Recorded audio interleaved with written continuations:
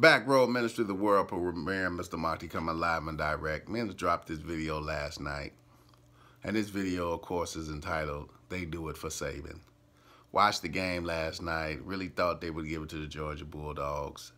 Didn't do all my research last night to see that this would be a big event for Nick Saban if he won. And saw some early signs. I thought they would give it to Georgia 27-20. That's the story I was looking for. So when the field goal kicker came up and, seemed to kick the ball to the hot dog stand, concession stand guy off to the left, I kind of knew that was about to take place. I kind of saw the writing on the wall for that. But really didn't do my research and didn't catch the end of the game.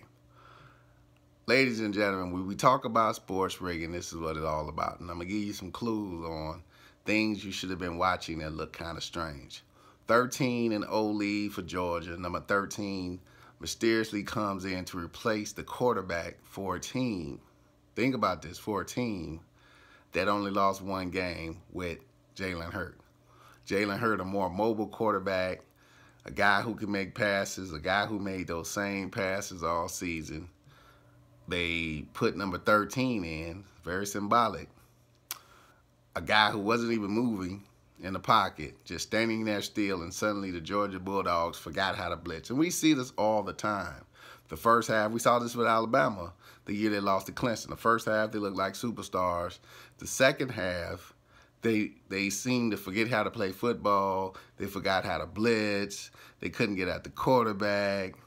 We saw this resurrection freshman quarterback battle, whatever they want to call it, and this guy's just standing in the pocket and nobody can blitz him. And we saw that on several plays that no one would go and sack this guy.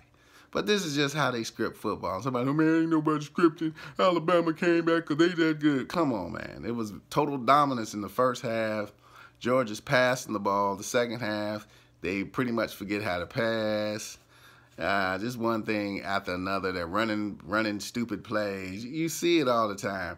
Anytime you ask, well, why would they run that dumb play? You pretty much know what time it was. And then when you saw the kick to nowhere, and you kind of knew this is where we were going, you knew we were headed to overtime. But this was all about Nick Saban. ESPN has constantly showed their love for Nick Saban. We saw this with USC and Pete Carroll. And every year in college football, or every few years, we get this same little narrative about there's got to be a great coach. And it's not even about the players. And it's unfair to the players that, the Georgia Bulldogs had a great season. Atlanta was screwed once in the Super Bowl just so they can screw them again. But, fans of Georgia, I guess they like getting screwed because that's what goes down in Atlanta a lot of the time. So, kind of sad that the Bulldogs were picked for the sacrifice. But, hey, if I can piss on you, I keep pissing on you. And that's what ESPN seems to continue to do, and, the sports world continues to do to Atlanta and Georgia.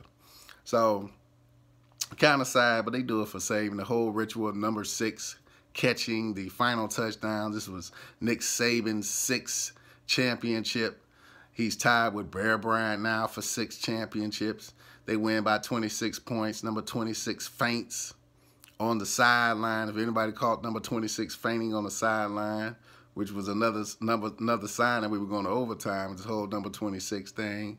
I was looking for 27 or 2 field goals. That's what I was looking for in this game. It was kind of mixed at the overtime of how they would let Georgia get it. The first field goal, like, okay, Georgia's going to get this 26. But then after the sack, kind of was still like, okay, they might get us to Georgia.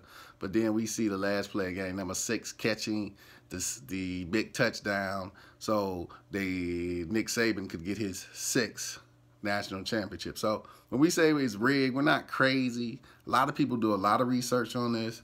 My research had 27 as the number that was going to come up somewhere inside of this game.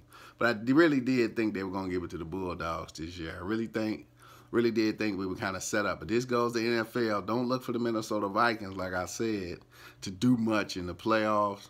I don't have Minnesota really making it past the first game, being knocked out by the Saints. It's not going to be about the home team this year.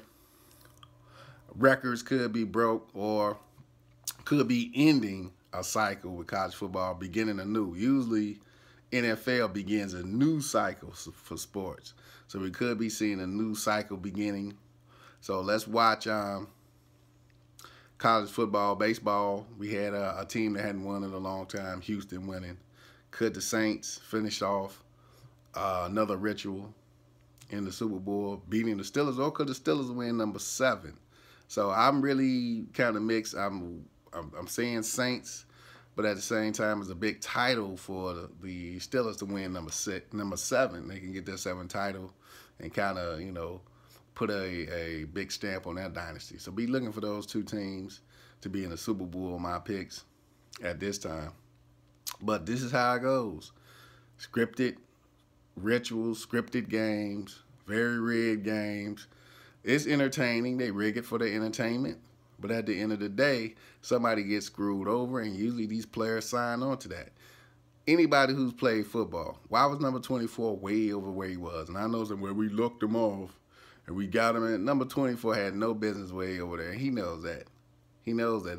They had no reason to double team Ridley because you had a guy playing deep enough. If you play man, if he throws a deep pass to Ridley, it's going to get picked off because the defender was playing too far back, giving him time to come up to challenge the catch or stay where he is and just meet the receiver.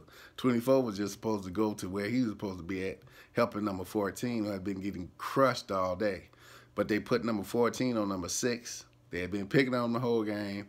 Number 14 was not part of the script. Number 24 was part of the script because he knew he was supposed to be over there. He didn't because he saw number 6. He stopped, and he let number 6 catch the ball. People say you're crazy.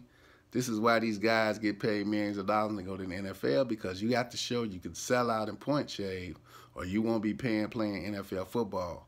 Don't believe me? Go to the South and ask some of these brothers who used to play football, who used to coach Pee Wee, who used to coach high school, and they will tell you how the game works. Mr. Mock, the Back Row Ministry, peace and hair grease.